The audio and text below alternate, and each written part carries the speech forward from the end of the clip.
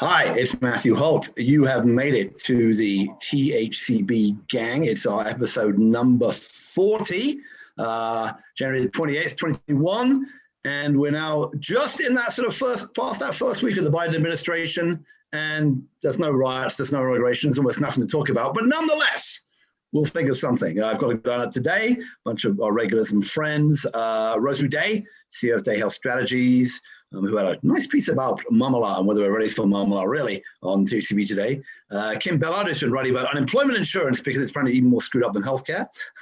Michael Millicent, been a while since Michael's been on, grabbed him from the wilds of Chicago. Casey Quinlan from Richmond, Virginia, Mighty Casey Media. And our occasional but great friend, Jen Benz, employer communications expert from Siegel Benz. And here we are, we're gonna go live and start yakking. So, hi all, I am just to let you know, and we're watching this, do I look like a mess? Do I look like a guy who just came off the ski slopes 30 seconds ago? Yes, that's actually what happened. I was literally digging myself out of 2 feet of powder under the snow run. And I'm so dedicated to the cause of THCB gang that I decided not to blow it off to actually come back and do it. Thank you for showing up, Matt, because otherwise nothing would happen. There is that. All right. So with that said, Casey, I'm going to start with you. What have you noticed in the last week or two since we've been on? Well, the shameless promotion department of Mighty Casey Media is going to now mention the podcast that's going to go up on my Healthcare is Hilarious podcast sometime later today. Stay tuned for updates. But it's my third conversation with Eric Paraxlis, who was just named the chief science and data officer at Duke Clinical, Transformation, Clinical Institute. And also he's on the medical faculty at Duke now. And the other thing that just hit today is that the founder of the Light Collective, Andrea Downing, was quoted heavily in a post on Wired about targeted advertising that targets active duty and retired and, guard, whatever, military personnel. And I'm not good with that because who knows who's buying those ads? So it's a big problem. And it's starting to come out that tech folks haven't really been thinking that much about what the ethical and human impacts of their tech is. It's all like on this sort of amoral basis, and we got to change that. So interesting. You managed to get through a whole thing about tech people and the impact of people online without mentioning GameStop. Stop. So I'll just do that. Anyway. They don't know about it already, and that's also sort of a separate issue. But anyway. But I think there's a big piece about how we can regulate big tech, and there was an article around how Zuckerberg is going to change his giving because apparently now his name is a drawback to some charities, and it's all, as you were saying about your spine, your knee, and your shoulder, Casey. It's all somewhat connected. Yes, well, my knee is fine. Everything between the hips and the neck is screwed up, but anyway. There you go. All right, Rosemary, what have you been up to the last couple of weeks, and what have you been noticing? Well, I think at least amongst a certain segment of the population, there's been a weight lifted, and we're going to see some mental health improve since the inauguration. And in fact, many people are calling it the real New Year, started last Wednesday. But importantly, Joe Biden has hit the ground running, and today was a big day in terms of executive orders that he issued, they were expected, but it's just great to see them. And so basically we're going to be reopening healthcare.gov for a special enrollment period because of the pandemic. We're going to have navigators and some funding to actually let people know that they can get health insurance. And they're going to start working through all the process to basically reshore up the Affordable Care Act through regulations that were undone during Trump. So that'll take some months, but it's starting now, and that's very exciting. So the bottom line is we're going to be actually trying to get people healthy instead of take healthcare away from them. Yeah, we'll get into that a bit because there's both a lot of Medicaid and the expansion of healthcare.gov and the exchanges, and what do we do about this? And we had some interesting conversation a little bit about that last week when you guys weren't on. Jen, talking about expanding healthcare, what have you been up to last week?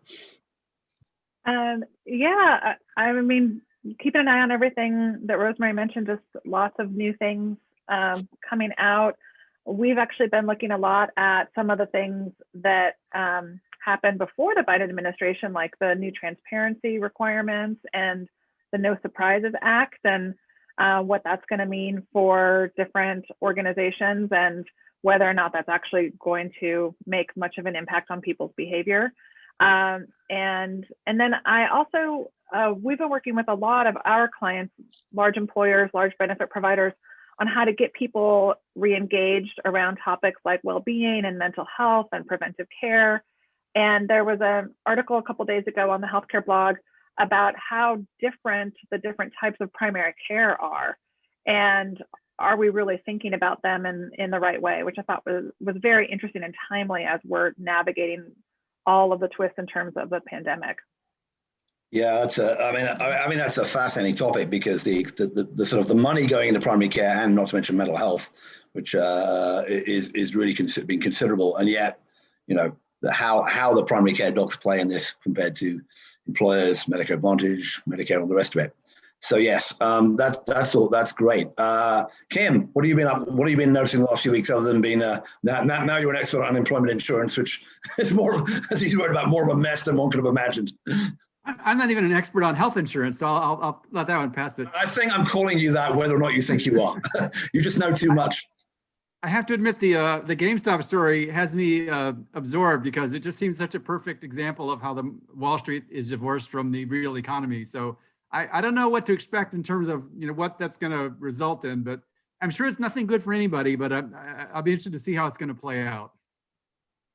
Yeah, it's interesting. I did note in the newsletter this morning they sent out that they're now, because of this idea of, you know, punters on Reddit can now find companies that are short and go after them. Amwell, American Well, was one of the companies that had a pretty big short interest, and they were, you know, up 40% for the week and down 20% today, and gooping around. And you know, that probably makes it very interesting to figure out how to run your company.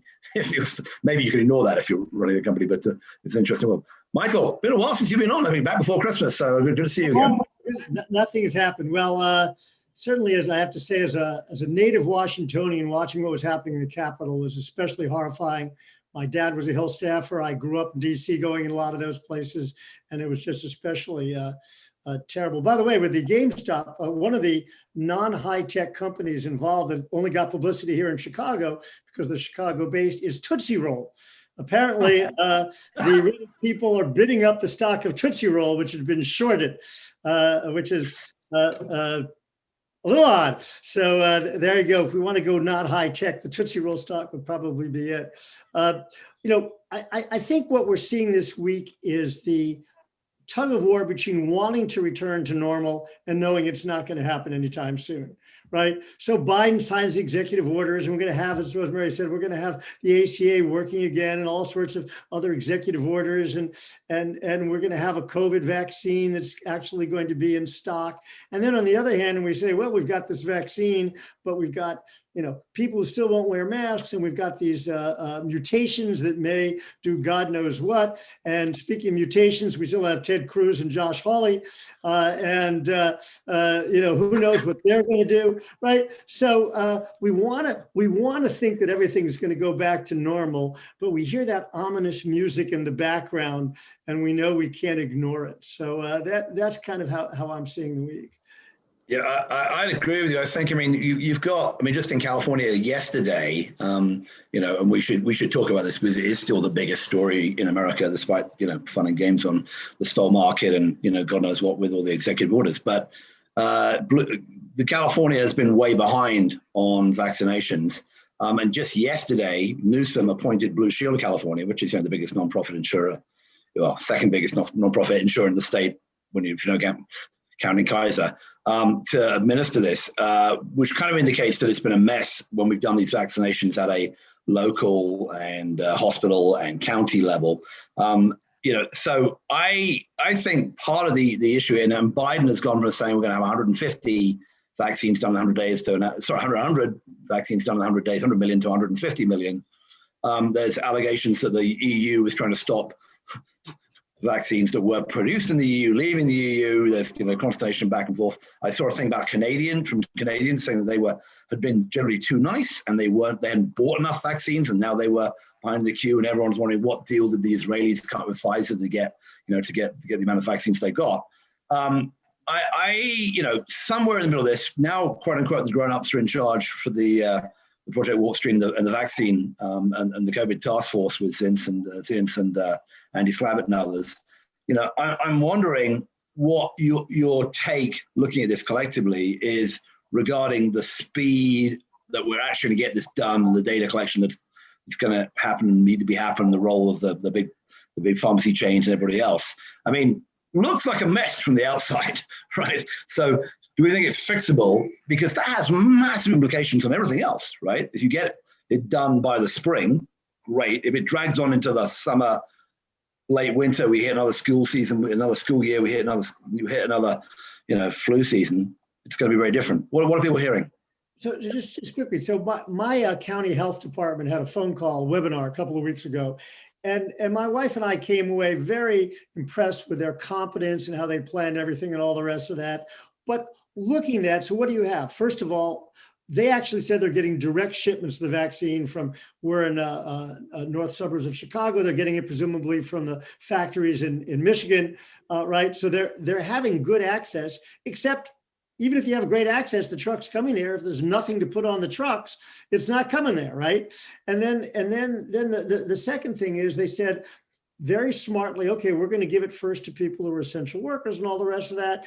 And we're not going to you don't have to live in our county, right? Because it doesn't make any sense if the nurse who comes in or the FedEx driver, whatever, if they come to your house and they're not vaccinated just because they don't live here. So we're going to give it to anybody and we'll coordinate it within Illinois or whatever. But people come from Wisconsin and they work here, and how do other counties work and how do you get right? So the most coordinated people in the world, if you're doing it on a county level, it's nuts. And that's kind of where we're at. And then you see the Wall Street Journal, which is always a reflection of right-wing thinking that's lives in better zip codes, is that they somehow the other day, they managed to somehow blame the lack of distribution on Obamacare. So like right after Biden took office, it was, see, the government can't do this right, without any mention that Trump had been in office. And that just shows you, just like the rollout of Obamacare, wait, that was a website, not distribution? You can't trust it. And then we're off, that somehow the Democrats in a matter of days have messed this up and it's all Obamacare's fault. So if we can't even get any realism from a Wall Street Journal op-ed columnist, who can we get it from? Well, I mean, the problem really is that the feds are prevented from this, the unified data field, if you will, by the fact that each state has control, state and territory has control over its data collection methods, their, how they require reporting from the, providers, et cetera, their health districts within their borders. And just as an example, the state that I live in, Virginia, which should be in good shape because, I mean, hell, our governor is a doctor, however, no. I mean, the COVID reporting, as far as, cases and testing, et cetera, deaths has been okay. But now that they've introduced the vaccine to all of this mix, the different, there's the Virginia Hospital and Healthcare Association has control over one way of reporting, and no, they don't want to give theirs up because they're doing it their way. And then there's the different health districts, and sometimes that can get jacked. I mean, not necessarily just in Virginia, but there's been a number of headlines recently over health districts or entire states that are, shall we say, more red than anything else, and they're suppressing their case numbers and other stuff because they don't want to look like they're having a problem, and they want to look better in the numbers. But I mean, it's just everybody's jacking the stats or forgetting that they need to combine all of it so that they can make sense out of an entire total. But no one's there yet. And each state has their own ideas. And then they turn around and they blame the feds because they can't manage it. They can't manage it. And the feds turn around and say, well, we gave you some rules, but you're not following them. And then it's, and there we are.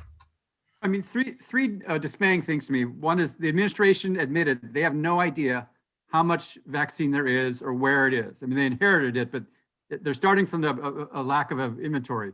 The second is we're doing these paper cards about, whether you got it and what you got and, paper in 2021.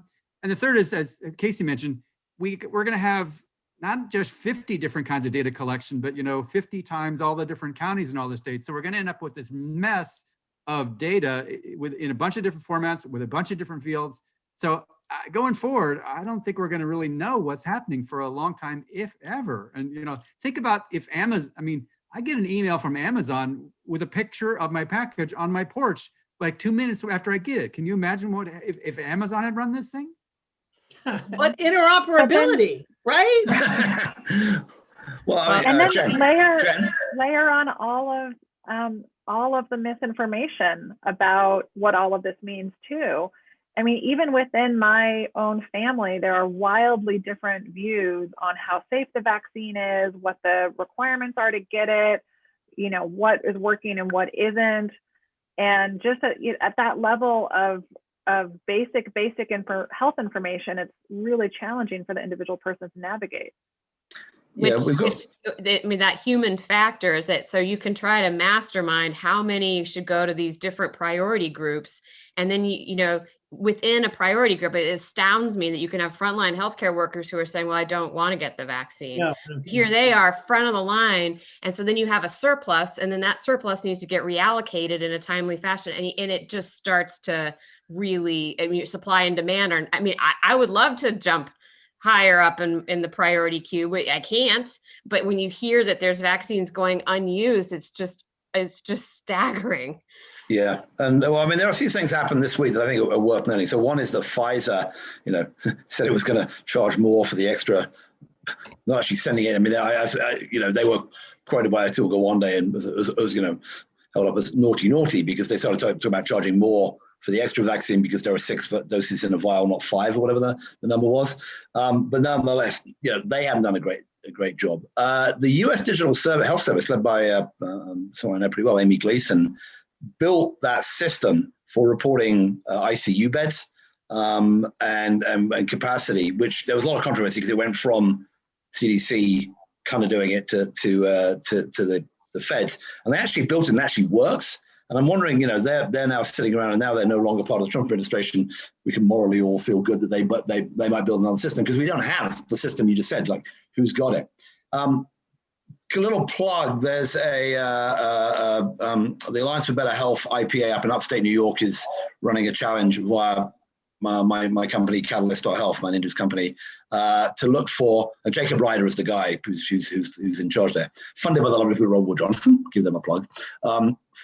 But Jacob, and they're looking for 2 things. So they are kind of an IPA that deals with not exactly medical stuff, but sort of all the social services, food banks and homeless shelters and that kind of stuff. And they link them into the medical community. And they've discovered that there's 2 significant problems. One is messaging to these people, to all kinds of people, but did you get it? So give them a paper certificate, great. You've got to come back in 30 days or 20 days to get the next one. How do we get hold of you?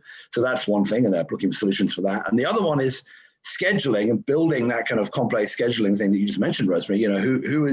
Who's next in the list, who's next on the queue, who should get a schedule, and how do you actually do it? And the horror stories that have come out across the internet of people trying to figure out how to actually book that appointment for their mother. I'm working with a guy on another project who had to take 3 hours off to try and find a place in Massachusetts for his parents. I don't know if you've done it, joined out Rosemary, for his parents to go get it. Whereas, in a rational country, well, in what used to be a rational country sometime since I left it, but the UK, they do it through their GPs, right? Because everyone has a GP and everyone has the medical records are all electronic, and they know, okay, we can alert all the people over 70 or 80 or whatever it is. And apparently when my sister took my dad, who's in his 80s, down there, the most dangerous thing was it was a cold day, slightly frosty, and there was no room to park at the bottom of the hill. So a bunch of 80-year-olds were walking down the hill to get their drive-through vaccine. So although you may have cured some COVID, you probably increased some broken hips. Anyway, but so that to me is a big problem. We can fix that problem, but maybe the thing we do is just wait and see if J&J's trial works, because they got a one-shot vaccine that doesn't require refrigeration. Maybe that's the answer, and we give up on Pfizer and Moderna and everybody else. I don't know. I mean, I'm being a bit facetious here, but when they did smallpox, right, they scratched the arm and then they put the thing, so they actually had like a sign, like a tattoo or whatever. We need to I've still got one somewhere on my arms. Yep. So I think it's good if the early adopter types have to contend with the 2-dose vaccine, and then in the whole curve of where we got to play catch up, maybe the 1 dose will be ready and that'll work out astoundingly well. We don't know if the 1-dose one is going to work yet, right? There's no, they think the data is good, but they would say that, wouldn't they, right? And a couple of them, I mean, Merck was doing a vaccine, they've given up. They said their vaccine didn't work. So we got to remember all of this, that although it's a mess of the vaccine and we're not out of it yet, et cetera, back in the summer, the clever people who understood this stuff said that maybe it's 2 years to a vaccine, maybe it's longer. So we're damn lucky that, it works so well, and that the BioNTech folks and the Moderna folks were so smart. I was just made that last week, not a month after Fauci said both of them were bad ideas, the CDC has now come out and said, well, maybe the second shot can be anywhere between 6 and 12 weeks after the first one. And, it's okay to mix and match. Like, no, I don't think there's science to say that either one of those is a good idea. I can't remember if was that the new CDC or the old CDC? The new CDC, it was just on the 21st. Right, oh God. The people who have been deniers, we send them bleach and the rest of us use their vaccines? Don't forget, bleach isn't a vaccine, it's a cure, Michael. You've got to get your your Trump miracle cures right. So, I mean, I guess that my question is, what if we did the over-under on when this is sorted out and when we get to close to herd immunity? I mean, that matters for the economy and the health system and everything else. I mean, are we guessing, I mean, not that we know, but, for a sort of a little collective action, ask the audience quiz here. Are we thinking June, or are we thinking, October, or are we thinking 2022? Well, first, how are the variants going to play into this, and how effective are the vaccines going to be against the variants? Because even now they're even talking about, well, maybe you need a booster for the variants. So I think there's a whole shoe yet to drop. Yeah. I mean, in my state, I'm 1B according to the rules in my state, because every state is varying a little bit. But, and they are apparently vaccinating 1B now, but my guess is, due to the complete cluster dance that is where are the vaccines, who gets them within our state, because we've gotten over 1 million, but have only administered under 500,000 so far. And I'm like, what's happening, guys? And, they're still vaccinating 1A.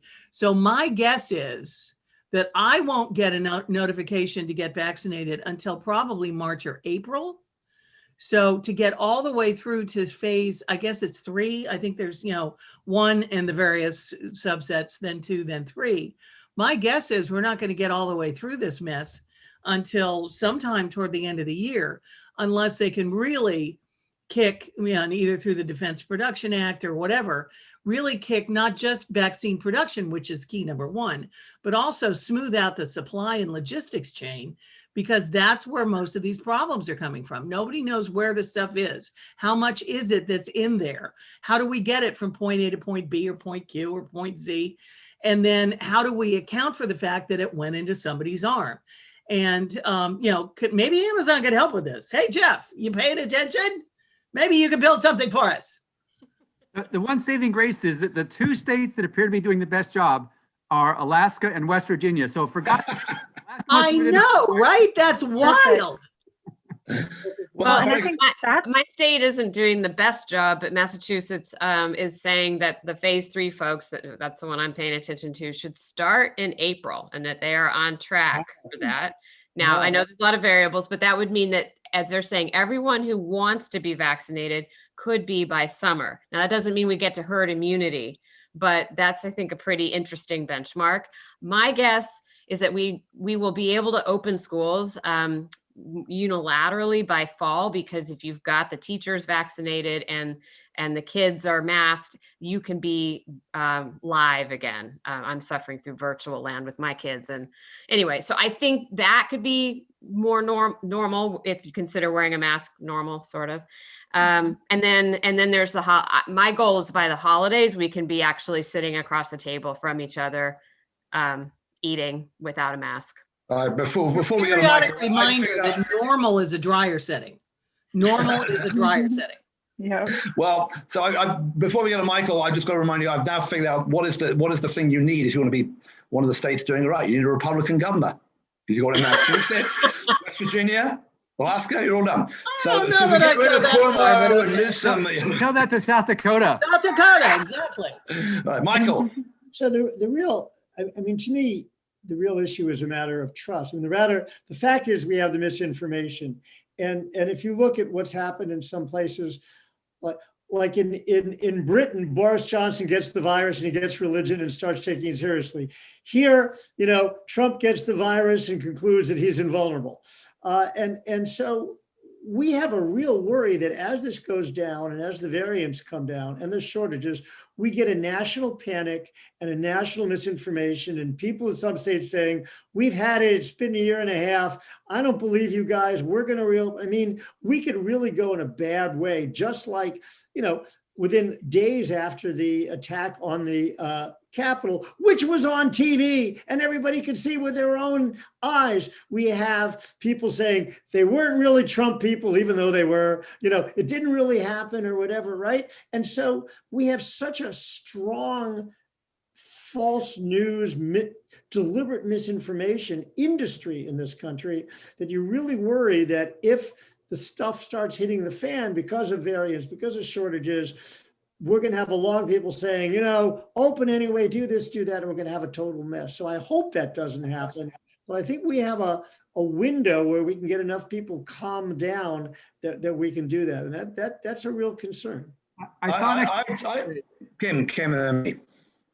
explanation today for the problem. Apparently, both belief in QAnon and anti-vaxxer is related to being in a yoga community. So if we just got yoga.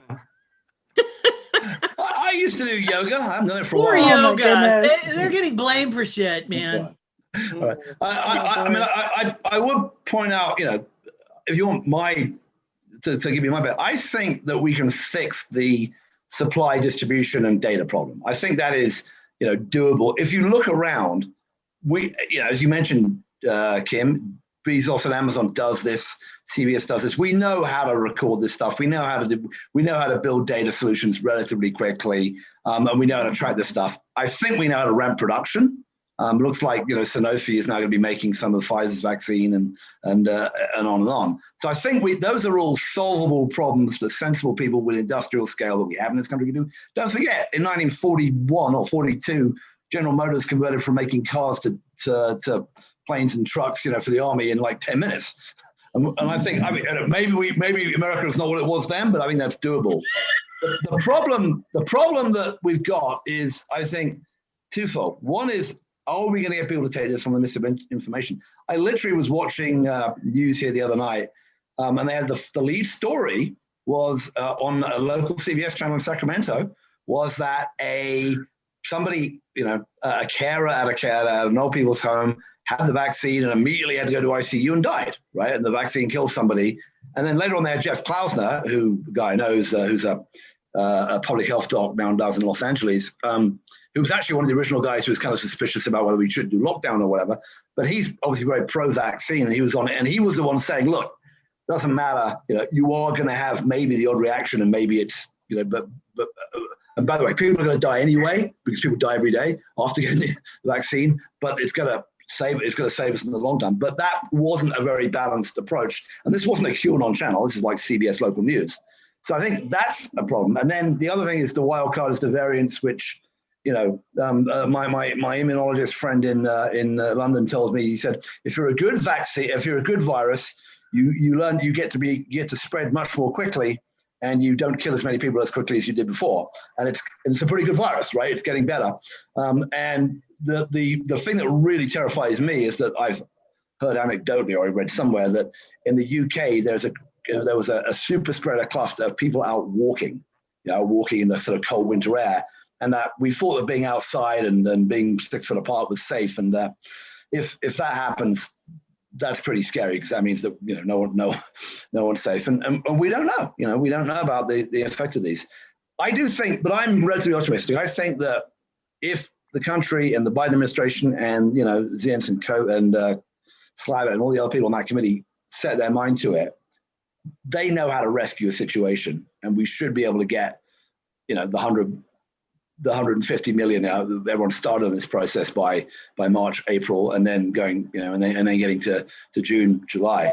I'm relatively optimistic. And by the way, if we get that done, apart from the people who made money on GameStop, I'm not sure who they were, we're still in a hell of a mess, right? We were not in good shape before. I mean, and we still have to recover out of that. So I think this is. We can at least see over the weeds we're in when we get to that point, but we're still in the weeds. Absolutely. So talking about the weeds, let's move off the vaccine one and go back to the weeds of what else. I wanted to touch on the thing that Rosemary brought up, which is sort of what's the likelihood, and we've got Rosemary and Jen here, so we've got a sort of public sector, private sector, some expertise here. What's the likelihood of ACE either doing something enough by executive orders that actually makes a big enough difference, or some kind of bill passing to either expand Medicaid, expand the funding of for the exchanges, or do something significant, bring Medicare down to 60 or whatever. Where do we think we are on that? We've seen some tea leaves in the first sort of week or so. There's a fight going on in the Senate about filibuster, no filibuster, and it looks like the filibuster is going to stay for now. Rosemary, what's your take on where we are and what we can expect in the next month, 6 weeks? So, I mean, I think their primary focus still has to be the pandemic. So I know, and that's, what we've just been talking about too. And they can't just wave a wand and do the kind of expansion beyond executive order stuff. What they need Congress for is going to become really challenging, particularly if they want to go after the public option and things like that, because you're going to get huge industry pushback and it's going to start to divide the Democrats. You could do a lot of things through a reconciliation, so you can avoid that filibuster issue. I mean, that's what Obamacare that process was criticized before, but it is a way to get things done. And there are a lot of things you could do that way, including protecting the ACA from that Supreme Court case. So it's possible there could be a couple of relatively low-hanging fruit items you could try to do, as opposed to a big more, universal healthcare type package, which would include public option and lowering the Medicare age, which is way more complicated. And you've got to get congressional budget office, all kinds of tough stuff. So that would have to, I think, be worked on later in the year. You do lose some of that early honeymoon period mojo, but the problem is we have a pandemic. So I don't think we can ignore that fact. Casey? Yeah, well, this is sort of a sidebar, but it's about, getting things done at the federal level, in this case, the legislative branch. My senator, a Democrat, both the senators from Virginia are Democrats. One of my senators, Tim Kaine, America's dad, or was at one point, but he has floated the idea that the impeachment should be put back even further. And I have to say, I'm tending to agree, because the Biden administration has a limited window of time to accomplish objectives that actually serve the American people. Not as though accountability on the part of the Trump administration and himself for some of the stuff that happened throughout his administration, and most notably on January 6th. I think that if we end up spending a lot of political capital on that, we will lose the ability to shift some of these major issues in ways that are meaningful for the entire American public. as opposed to people who are looking to, punish Twitler, which sure, I mean, as far as I'm concerned, he should be punished, but I don't know if that's like number one on my hit list right now. I'd really rather see Americans dying less from freaking COVID. Hear, hear. Yeah, I mean, the impeachment thing seems to be, preordained, right? We just had that vote as to whether it should happen or not. And only 5 Republicans joined the Democrats in the Senate, which indicates that there are, there are only probably 5 Republican votes for impeaching, which ain't enough. And then it's kind of like, it is kind of a so what, and does it hold the other stuff up?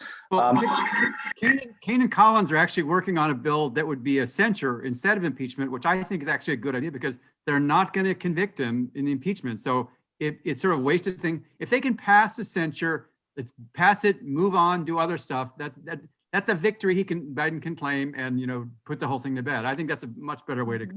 Agree.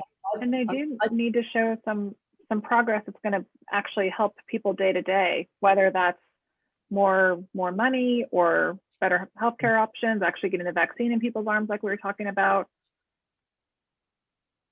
Michael? So I know how we can put this stuff behind us. I think that Biden should offer to pardon Trump for any federal crimes that he admits to. So if he, so just give me a list of the crimes that you want to be pardoned for, and your kids too, and I'll do it. And then not the kids. Not the kids. Well, but Fran, Trump, just list the federal crimes you've committed. You can use the back of the page, and I'll pardon for you once you admit them. And then my second idea was because Republicans are really big on naming things, like they renamed Washington National Airport after Reagan. I think that after Trump asked for his pardon, we should rename Leavenworth the Donald Trump Federal Penitentiary. Oh, I like that.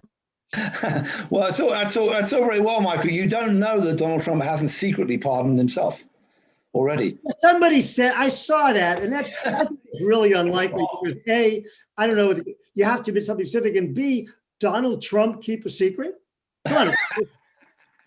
Well, the Russians know one way or the other. Security secrets, much less that. So I think the idea of Donald Trump keeping a secret is very unlikely.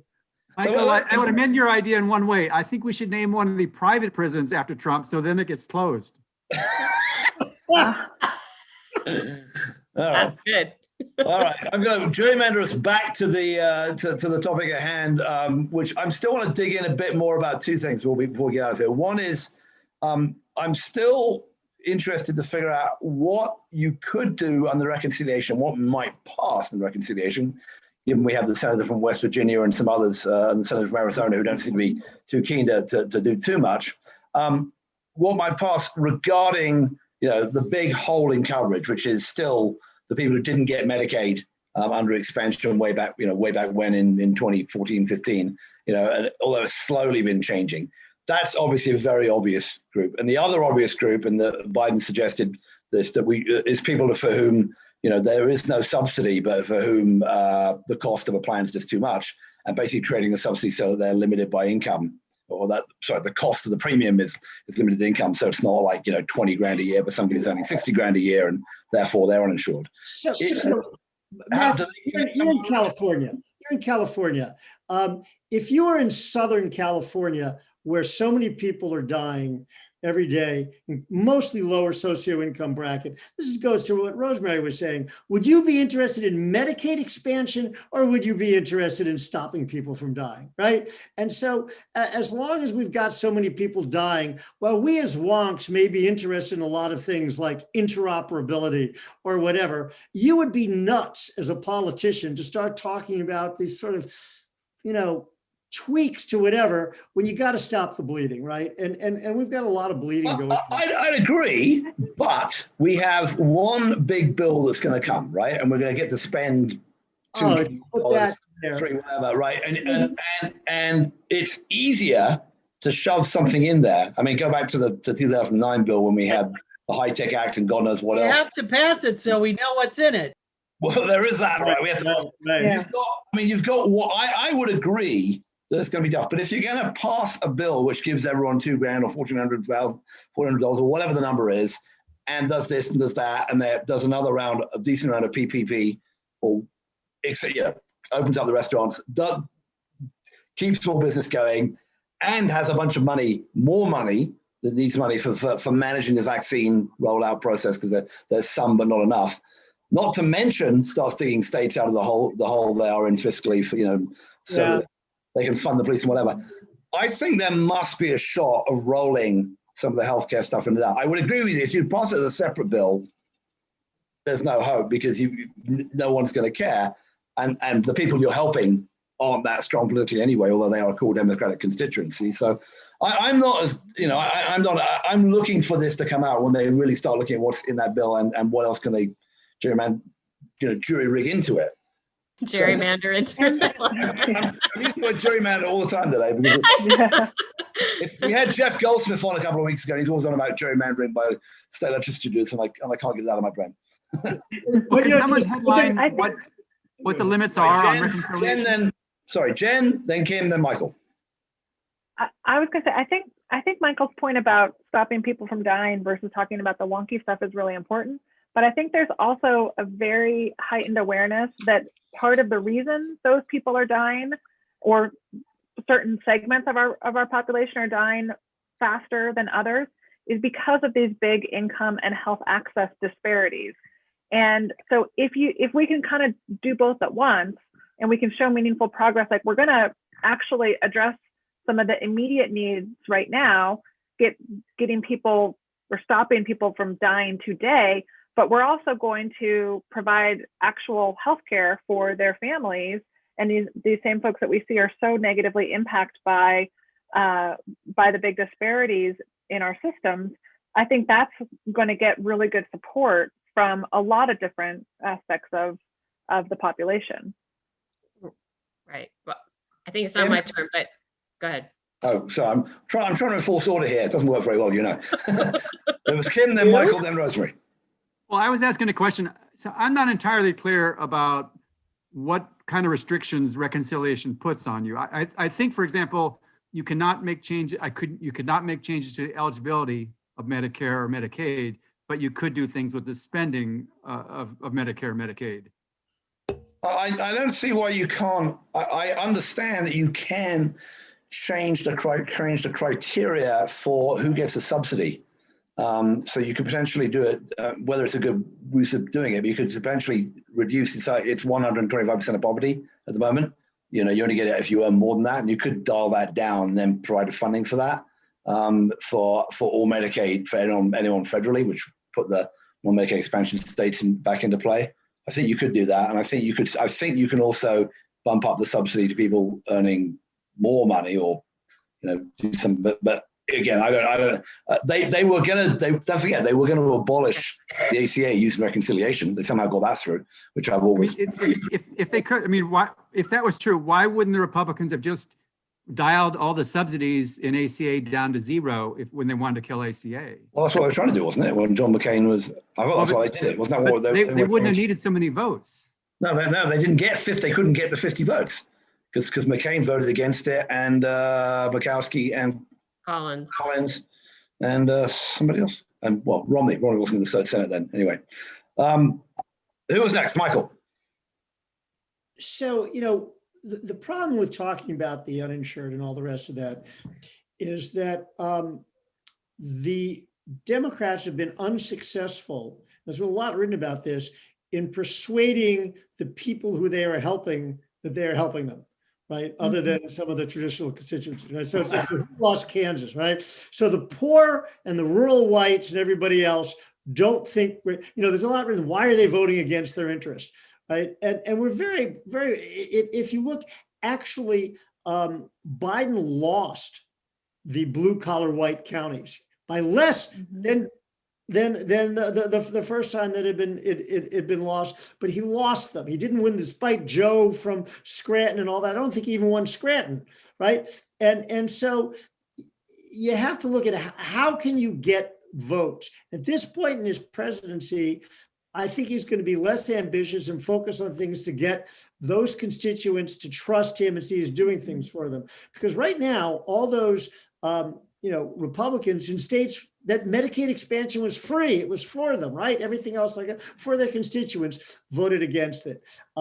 You can overload this COVID relief bill already. They're talking about some things, because if I were to choose, if I was a politician choosing between $15 minimum wage and Medicaid expansion, technically, which would you choose? Which can you explain? All the rest of that. So I think that he faces some very, very difficult political choices when we've changed to a parliamentary system where Republicans from states, which is in their interest to vote a certain way, will not vote that way on behalf of their constituents. And it's a scary thing, but it's what he's dealing with.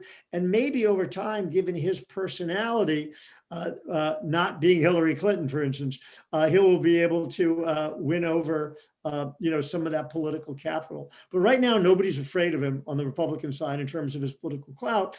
And it's just a difficult situation, much as we might wish otherwise.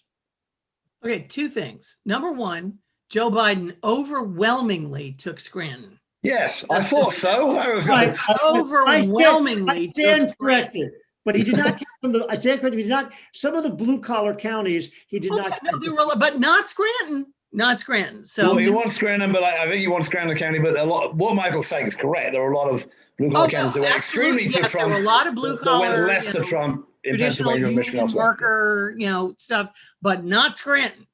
Anyway, the other side is that the issue with Medicaid and Medicaid expansion and this voting against interest thing is that there is a stigma in the minds of a lot of people out there in the different demographics, because there's more than one that we're talking about here. Oh. And for people of color, there's less so than, white folks, poor white people, or working class, pick your phrase.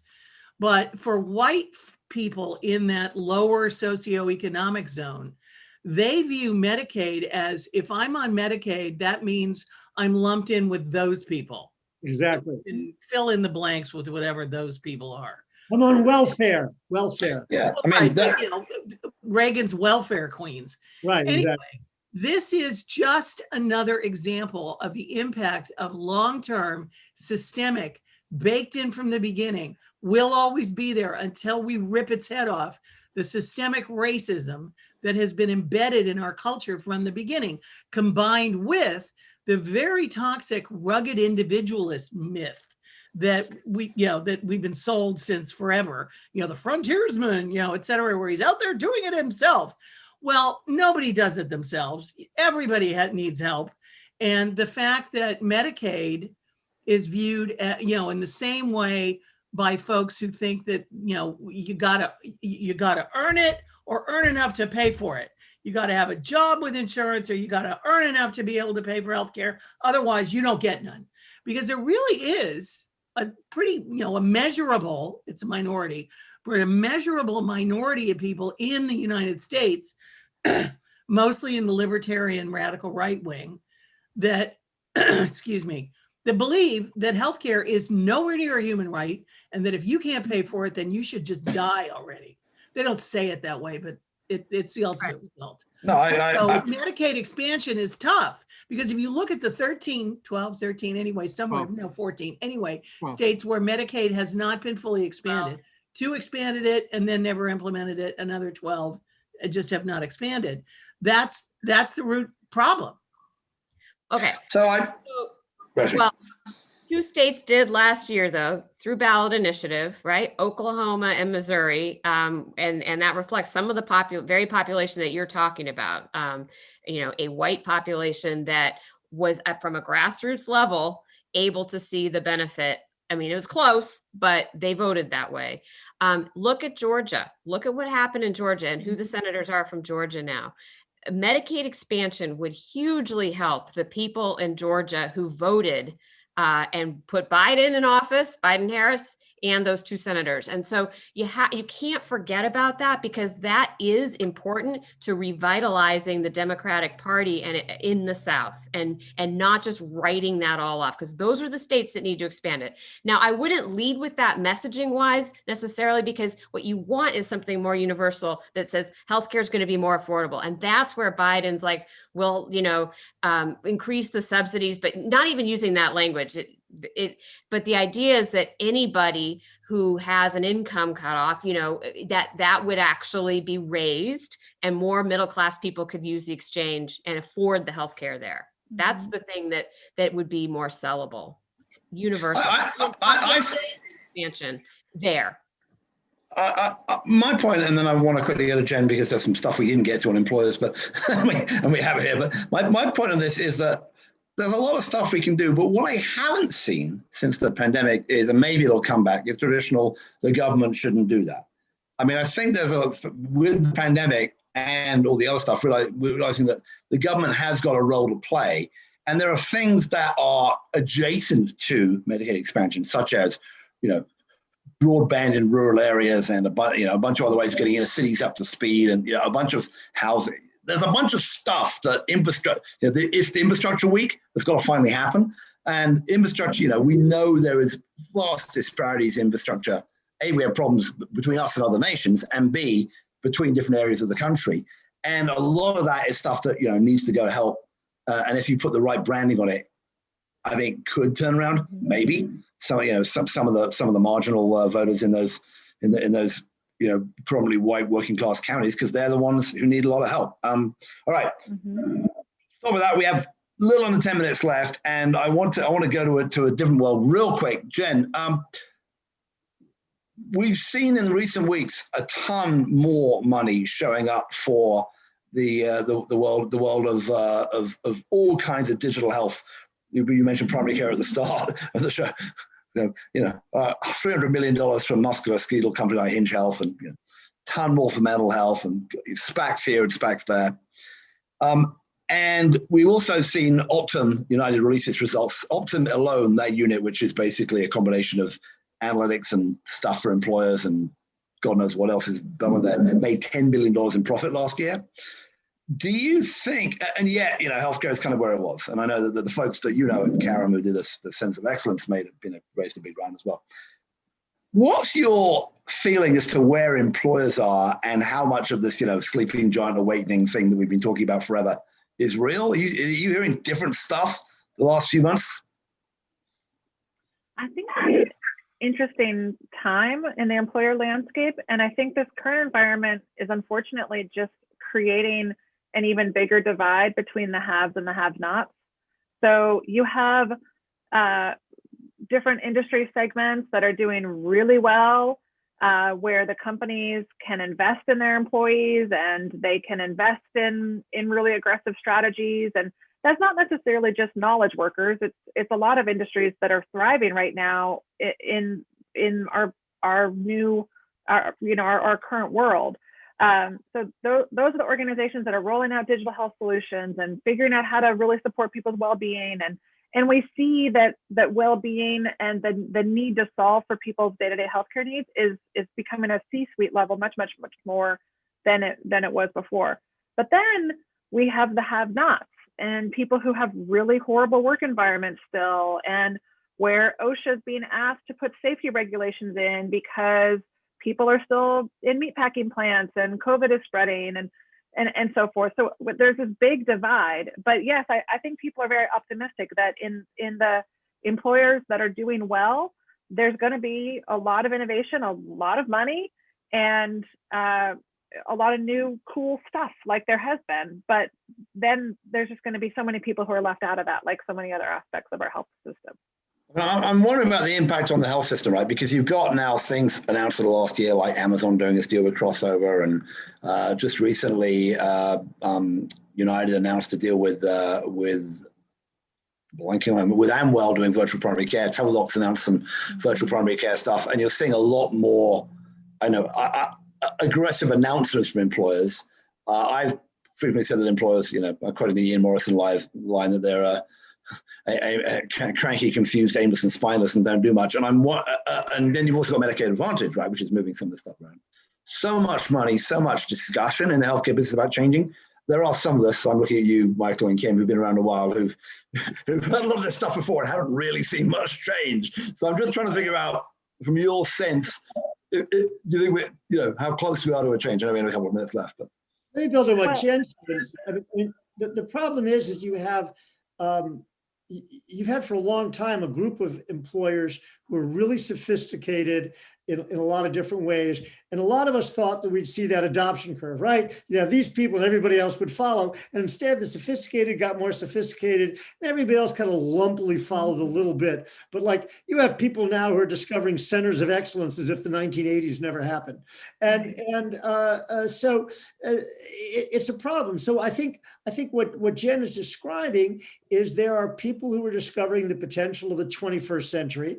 There are people who are stuck in the 19th century at the meat packing plants, and sort of a bunch of people in between. And we all read the write-ups of the new and the cool, but you ask yourself, I mean, I was at the Connected Health Symposium yesterday, they were talking about some of the tracking stuff, and it was nonsense.